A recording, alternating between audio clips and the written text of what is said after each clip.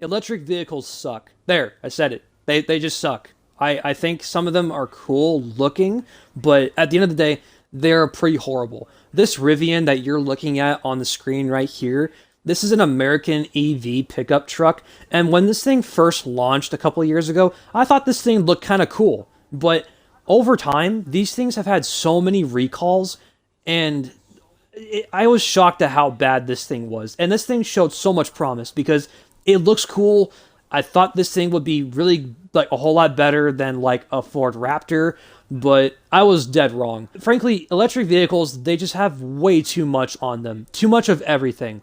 They have too many safety features, too many electronics on them, and don't even get me started on almost every single EV ever made. There is always some kind of giant spaceship-sized, oversized iPad screen where all of your command controls are embedded in the screen as opposed to just a simple dial or button. It's disgusting. I think EVs, like the idea of an electric vehicle is cool, but I think Tesla ruined the whole thing because they revolutionized the idea that every car nowadays has to have some kind of giant iPad screen. Like even some modern Subarus have this. The new WRX, for example, I drove one of those.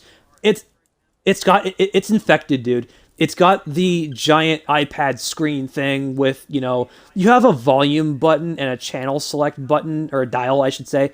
But other than that, all your controls are on the screen. I disapprove of that severely. Anyway, that's not the point that that's not what I want to be talking about today. What I wanted to talk about today was an electric pickup truck that was recently shown off. And I think I'm comfortable saying that this is quite possibly my new favorite EV because this fits exactly how I feel every car should be.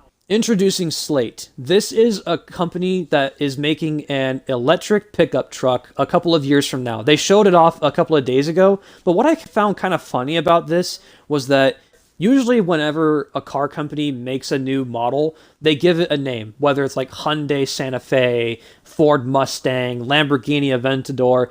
That's not the case with Slate. They have called this EV pickup truck the truck.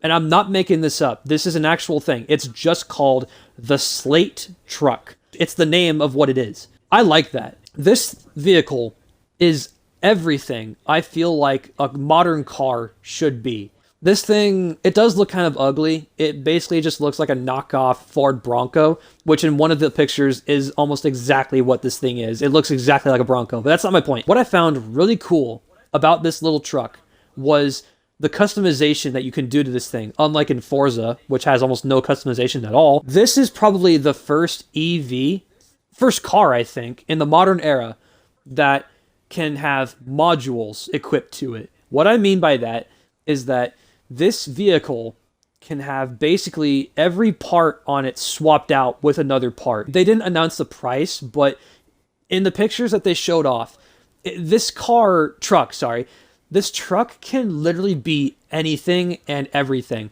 A drift truck, a stance truck, a pickup truck, an SUV. Now, because this thing is small, it does have quite a small battery range. It only goes for up to about 150 miles of range before you need to recharge. But again, I don't think that this thing was intended for long distance cruising. This is meant for like in-town driving and basically charging up wherever you can go. This is where I'm going to start getting into why I think this thing, like all EV companies should do this. This is why I love this little truck. There are only a couple of things that you don't get with this thing, and I do literally mean a couple. So far, I've only seen that you don't get basically a radio with this thing, and you don't get power windows, because what they've done is absolutely genius. So instead of fitting a conventional radio, what they ended up doing was basically putting on this mounting clip for your phone that you can then plug in and then listen to music. And that is, oh my god, that is genius. Because that is exactly what I do in my car, and I'm sure everyone else does too. I hardly ever touch my radio. I'm almost always listening to my own music. So I approve of that. That is absolutely 100% what I think every car company should be doing. That is a smart decision by this company. This is where I think this company is absolutely in the right frame of mind with this vehicle. Now you're probably thinking, what are the bad points about this car if I've said so many good points to this thing? Well, for starters, it's not very big. It's, in fact, I think the same size, if not smaller, than a Subaru Impreza. It's kind of small. And with that, you don't get a very big battery. Now, I will say you do get 2 battery pack options. One offers a 201 horsepower, 150 mile range battery. And the other one is, I think it's a 250 mile range. Don't know the horsepower, but, it couldn't be that much bigger than 201. So we're probably looking at maybe 310. I don't know.